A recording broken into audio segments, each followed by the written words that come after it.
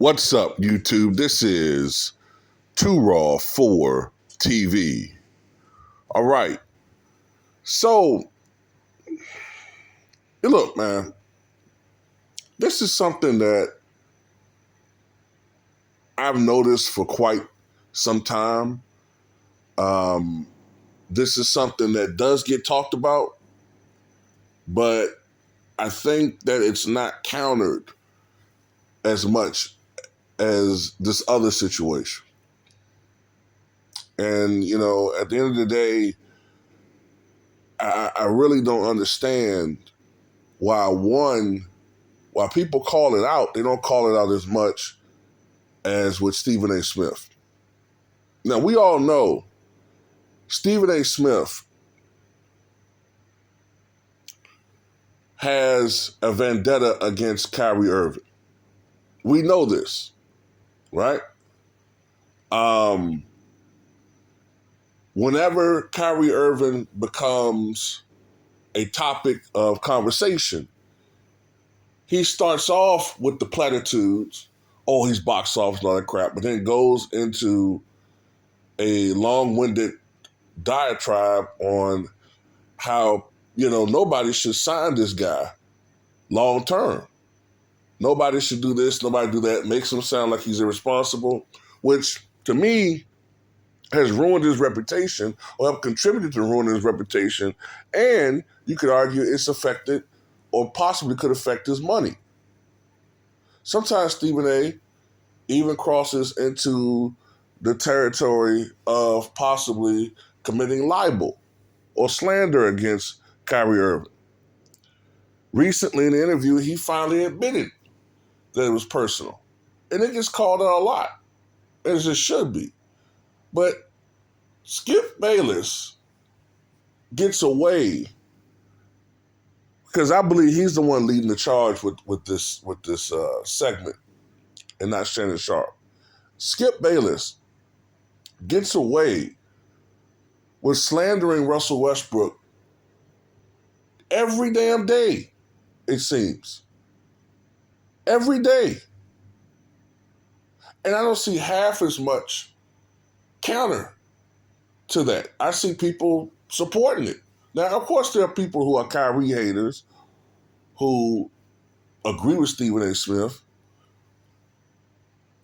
But, I'm just amazed at how Skip gets away with this. Nope, you know what I'm saying? Like, basically, this is what I'm trying to say. Where are the people in the mainstream media who will approach Skip and say, look, what you're doing goes beyond what we normally do? They do it for Stephen A. But Skip, no. Nobody really approaches him. And with Skip, from what I can tell, from what I've heard, it is personal. Skip,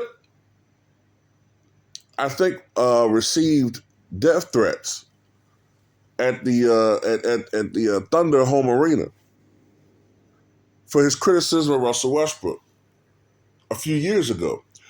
And from what I could tell, he's held a personal vendetta against Russ since then. He's taken it personal like he normally does. And, he attacks Russ with the same boring-ass, weak-ass talking points. For some reason, people act like Skip is this genius, but he says the same stupid shit every day.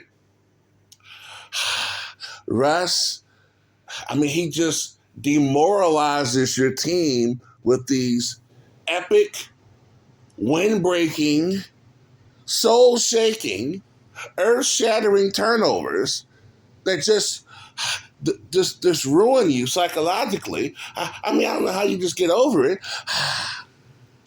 29% three ball. He's 149 from the 151 three-point shooters.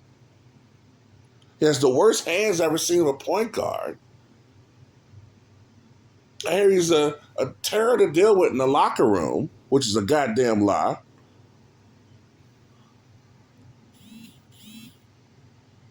I mean, it's the same shit over and over and over again. And it was one thing when he was with the Lakers. I get it. When he was with the Lakers, he's playing with LeBron James. Okay, I get it. I get it. I get it. You're going to keep bashing this dude. But he's not with the team anymore. Right? So now, Skip is trying to do everything he can, and Shan to a lesser extent, because he's changing his tune too. First he was the good cop for a while. Yeah, Skip, I think he's 6 man a year. But so I'm going to get to a little bit, but now they're trying to prevent this guy from getting a goddamn job, along with other people in the media, putting out these false reports that nobody had any interest in Russell Westbrook. No teams had any interest in Russell Westbrook when it turned out 4 damn teams, at least 4 teams, had interest in him. And let me say this too. If Russ is so terrible, right? If Russ is such a bad player, then why do you talk about him every fucking segment? If he's such a bad player, if he's so horrible, why do you talk about him every segment like he's a superstar? I mean, I don't recall them spending a segment talking about Steven Adams, who's not a bum. But, they don't talk about role players. Since Russ is just a mere role player, why do you still talk about him? Oh, I know why. Because Russ hate has become extremely popular. And this is what makes Skip even worse than Stephen A. Smith. Because Stephen A. Smith doesn't just create reasons to talk about Kyrie.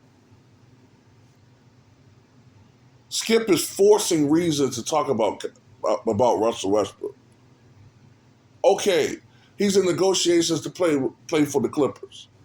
And we all know that if he goes to the Clippers and they don't win this year, Skip is going to make Russ the scapegoat, even though the Clippers haven't won a damn thing since Kawhi and Paul George have been there.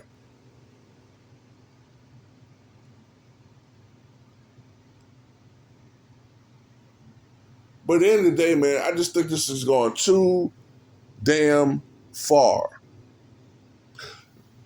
If this man was the consensus and maybe still leading candidate for 6 man a year, how can he be that bad? And even if he isn't what he once was, so what? He's older. The fuck is wrong with you? Bill Walton was an MVP and then later on a 6 man a year winner. That means that Boston shouldn't have signed him? It's stupid. I mean, I get the criticisms, man, but this guy hasn't played in over a week and people still criticizing him. And then I look in the comment sections and there's people that just keep co-signing this stuff, man.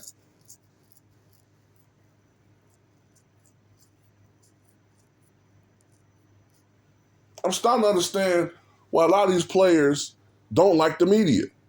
Now, I'm not starting to understand. I've been understanding. I understand why a lot of these players don't like the media. The media has never been like this before. Yeah, the media can be critical, but my goodness.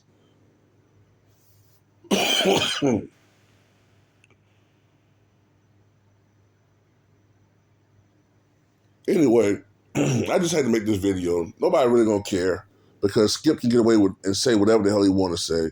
And to be honest with you, a lot of people just they just don't keep the same energy towards certain people. Skip can say what the fuck he want to say and get away with it, and it is what it is.